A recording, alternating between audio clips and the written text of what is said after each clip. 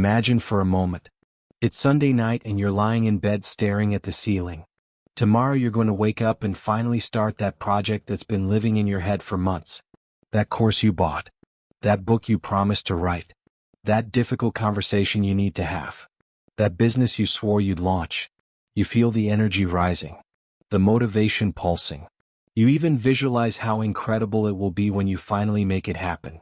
But then Monday arrives. And somehow, mysteriously, that energy evaporates. You open your computer and instead of starting, you check emails that don't matter. You organize files that are already organized.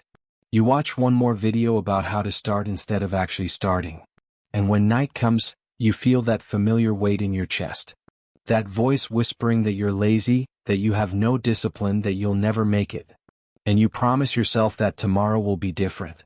But tomorrow comes and the story repeats like a scratched record playing the same painful song infinitely. Now imagine a completely different scene. Imagine waking up on a Monday and instead of feeling that knot in your stomach when you think about what you need to do, you feel curiosity. Not forced enthusiasm. Not manufactured motivation. But a genuine and calm curiosity about what exists on the other side of your resistance. You sit down to work and instead of running at the first sign of discomfort, you pause. You breathe. You ask a deep part of yourself what exactly is happening there. And something surprising happens. The resistance doesn't magically disappear, but you stop fighting against it. You begin to understand it. And slowly, step by step, you move forward. Not perfectly. Not without hesitation. But you move forward. And 6 months later, that project that lived only in your imagination now exists in the real world. Not because you became a different person, but because you learned to work with the parts of you that were previously working against you. The difference between these two versions of you isn't willpower. It's not discipline. It's not motivation. It's understanding. It's integration. It's the deep understanding that procrastination was never about laziness. It was always about fear. And today I'm going to show you exactly what fear is operating in you without you realizing it. I'm going to reveal the Jungian truth that conventional psychology completely ignores. And I'm going to give you a practical method to finally stop sabotaging the goals you most want to achieve. Especially when we get to the concept that Jung called psychic compensation, everything will make sense in a way it probably never has before. Most people in 2025 still believe that procrastination is a time management problem. They buy planners. They download productivity apps. They make endless to-do lists. They follow gurus who promise hacks to wake up at 5 in the morning.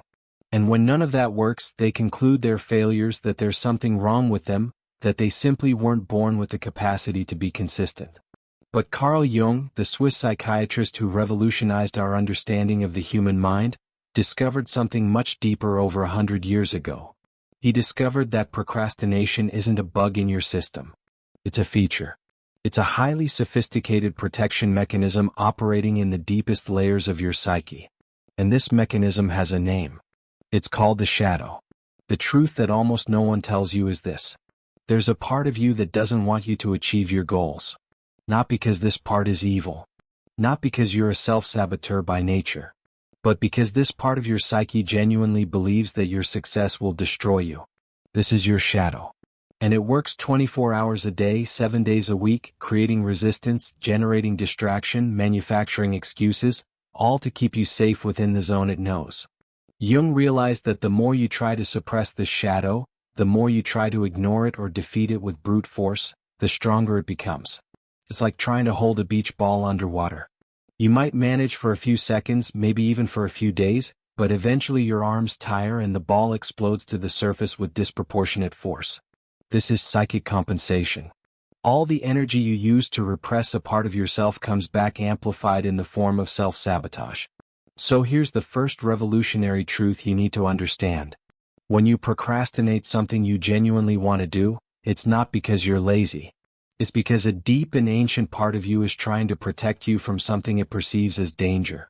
And until you discover what specific danger your shadow is trying to protect you from, you'll remain stuck in this frustrating cycle of motivation followed by paralysis, intention followed by sabotage, promise followed by disappointment.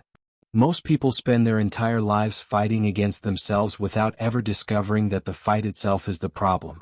Because you cannot win a war against a part of yourself. You can only negotiate a peace. And negotiation begins with understanding. Let me show you how this works in practice. Let's take a concrete example. Imagine you want to start a YouTube channel. You have ideas. You have knowledge. You've even planned your first videos. But every time you sit down to record, something happens. Suddenly you need to clean the house first. Suddenly you remember you need to answer those messages. Suddenly you feel you need to research a little more before starting. And before you realize it, the day is over and you haven't recorded anything. This isn't laziness. This is your shadow in action.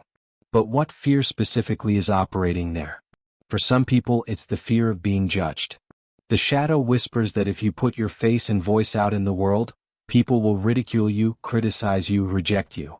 And because a primitive part of your brain still believes that social rejection equals death, it creates this massive resistance to keep you safe in invisibility. For other people, it's the fear of success. And this one is even more insidious because it seems contradictory. Why would someone fear achieving what they want? Jung explained this brilliantly. He said that many people carry an unconscious belief that success will change who they are in ways they can't control. Success can mean losing friends who didn't grow with you. Success can mean responsibilities you don't feel prepared to assume. Success can mean you no longer have excuses for your failures. So the shadow creates procrastination to protect you from this frightening transformation. And there's a third fear that Jung identified that's absolutely fascinating. It's the fear of discovering you're not as special as you imagine. While your project exists only in your head, it's perfect. It has unlimited potential. It can be anything. But the moment you execute, the moment you make that vision tangible, it becomes real. And real things have limitations. Real things can fail. Real things can be mediocre. So the shadow prefers to keep your dreams in the realm of eternal possibility rather than risk confronting the reality of your imperfect execution. This is what Jung called ego inflation followed by inevitable deflation. And procrastination becomes the mechanism that infinitely postpones this moment of truth. But here's what's crucial to understand. Your shadow isn't wrong to have these fears. These fears are real. Judgment exists. Change is scary. Failure is possible.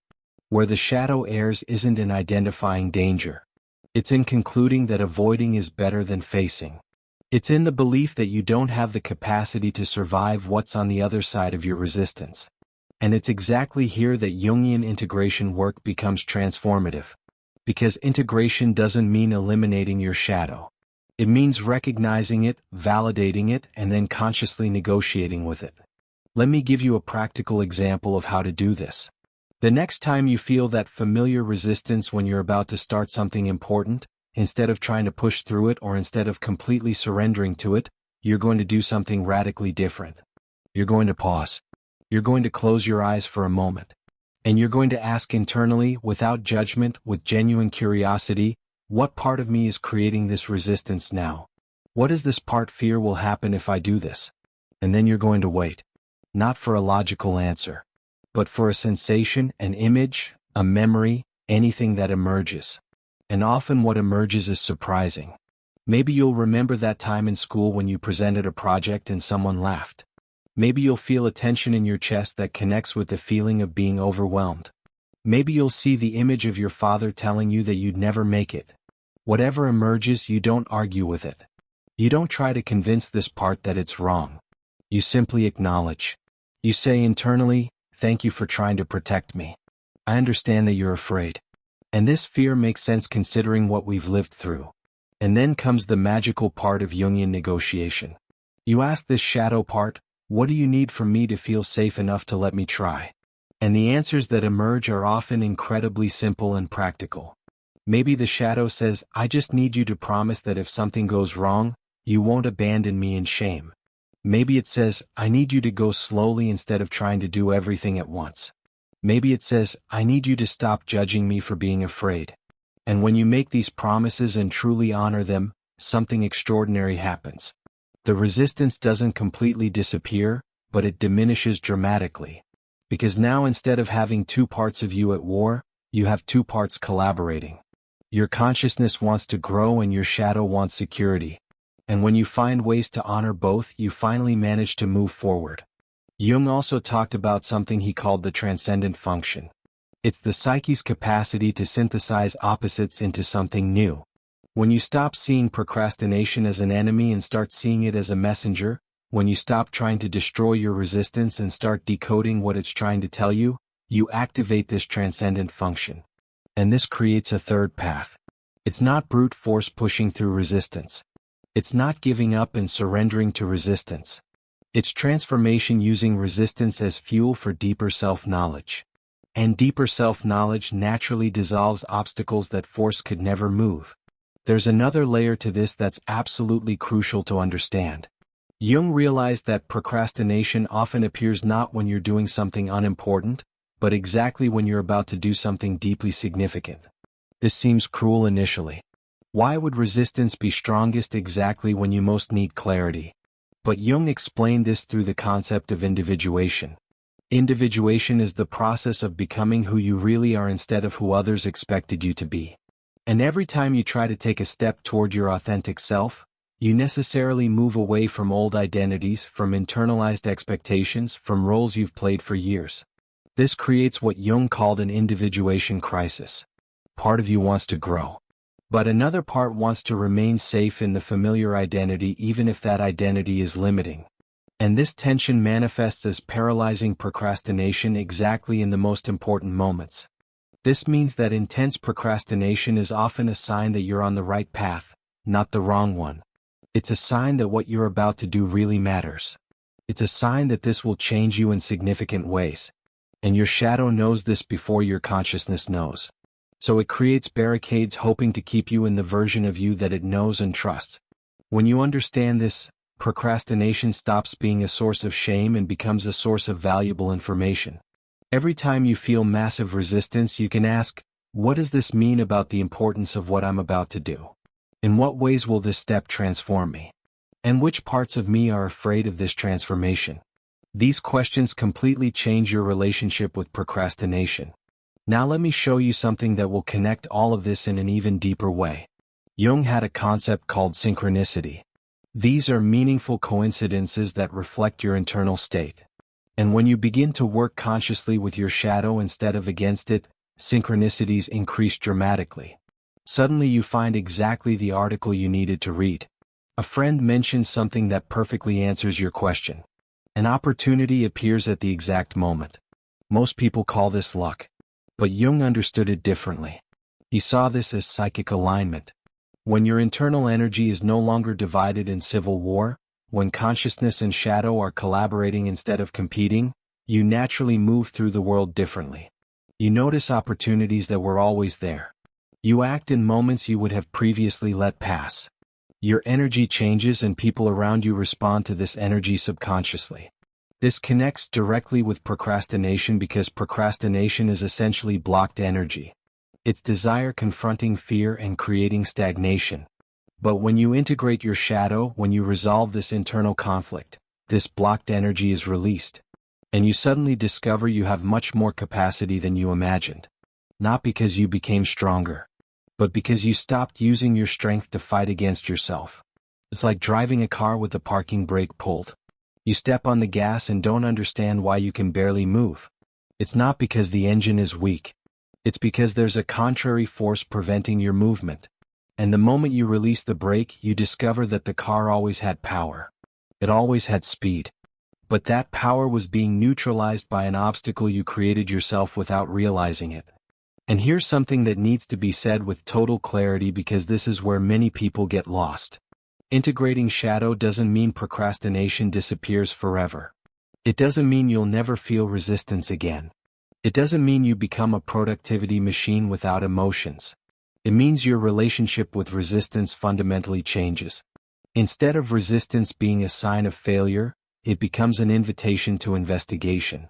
Instead of you panicking when you feel procrastination, you get curious.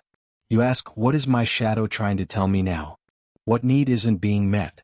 What fear needs to be acknowledged? And because you have an established practice of internal dialogue, you can work through resistance much faster than before.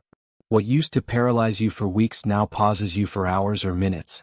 And over time, you develop so much skill in this internal navigation that procrastination completely loses its power to control you. Jung also emphasized something that's absolutely vital for this process to work. He said you cannot integrate shadow only intellectually. You can't read about these concepts, mentally agree with them, and expect your life to change. Integration is experiential. It's visceral. It's emotional. You have to actually feel the conversation with your shadow. You have to actually validate the fears that emerge. You have to actually honor the promises you make to parts of yourself. Because your shadow doesn't respond to logical arguments. It responds to genuine presence, to authentic compassion, to commitment demonstrated through consistent actions. This means integration is a continuous practice, not a one-time event. Every time you feel resistance, you practice the dialogue. Every time you discover a new fear, you practice validation. And slowly, through hundreds of these micro-practices, your psyche reorganizes into a collaborative pattern instead of a combative one. And there's a fascinating twist to all this that Jung loved to explore. Often the qualities we most procrastinate developing are exactly the qualities our shadow already possesses but that we consciously deny. For example, someone who procrastinates starting a business might be denying their ambition because they were taught that ambition is greedy. Someone who procrastinates creating content might be denying their desire to be seen because they were taught that seeking attention is narcissistic. Someone who procrastinates leading might be denying their power because they were taught that power corrupts. So the shadow sits there holding these qualities you've exiled, creating resistance every time you try to express them, because it knows that consciously you judge these qualities as unacceptable. And the only way to resolve this is to reintegrate these qualities, not by eliminating them, but by finding their mature and conscious expression. Ambition can be healthy motivation. Visibility can be positive impact. Power can be servant leadership. When you reframe these shadow qualities in ways your consciousness can accept, procrastination around them naturally dissolves. So let me give you an extremely clear practical roadmap for how to apply all this starting today. First, identify one area of your life where procrastination has been strongest. Don't choose 5 areas. Choose one. The one that hurts most. The one that keeps you up at night. The one where you feel the most shame. Second, for the next 7 days, every time you feel resistance working in this area, you're going to pause and ask 3 questions. First question, what part of me is creating this resistance? Second question, what is this part afraid of? Third question, what does this part need for me to feel safe? You're going to write the answers. Not type. Write by hand. Because handwriting engages deeper parts of the brain that facilitate access to unconscious material. Third, after 7 days doing this, you're going to review your notes and look for patterns. Usually you'll discover that the same 2 or 3 fears appear repeatedly in slightly different forms. These are your core fears. Your dominant shadows. Fourth, you're going to create what Jung would call a recognition ritual. Every morning for 21 days, you're going to spend 3 minutes talking out loud with these shadowed parts. You're going to acknowledge their fears. Thank them for trying to protect you. And reaffirm that you're choosing to grow despite the fear, not ignoring the fear. And fifth, you're going to create a minimum daily action so small that your shadow cannot reasonably object. If you want to start a channel, the minimum action is writing 1 title per day. If you want to start a business, it's sending 1 email per day. If you want to write a book, it's writing 50 words per day. The point isn't the result. The point is demonstrating to your shadow through consistent action that growth is possible without catastrophe. And consistent action rebuilds trust between consciousness and shadow faster than anything else. When you apply this process honestly for 3 weeks, something remarkable happens. The internal conversation changes tone. Instead of your mind being a battlefield where motivation and fear crush each other creating paralysis, it becomes a negotiation table where different parts of you collaborate toward shared goals. And from this collaboration is born sustainable action. Not the frantic and unsustainable action that comes from manufactured motivation, but the calm and unstoppable action that comes from internal alignment. And it's exactly this type of action that builds real results in the world. Not through force. Not through brutal self-discipline.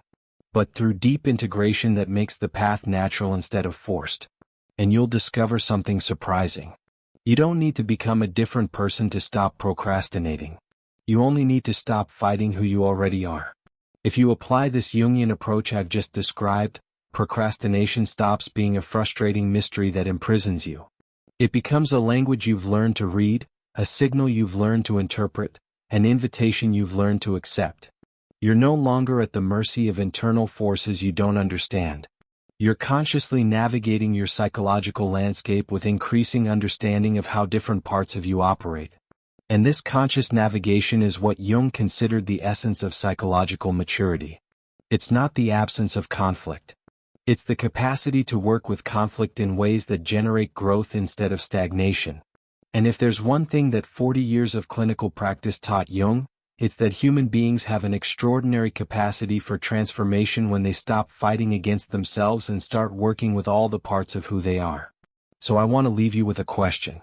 Returning to those two versions of you that I described at the beginning of this video, the one trapped in shameful procrastination and the one navigating resistance with growing wisdom, which of these versions are you building right now through the choices you're making today?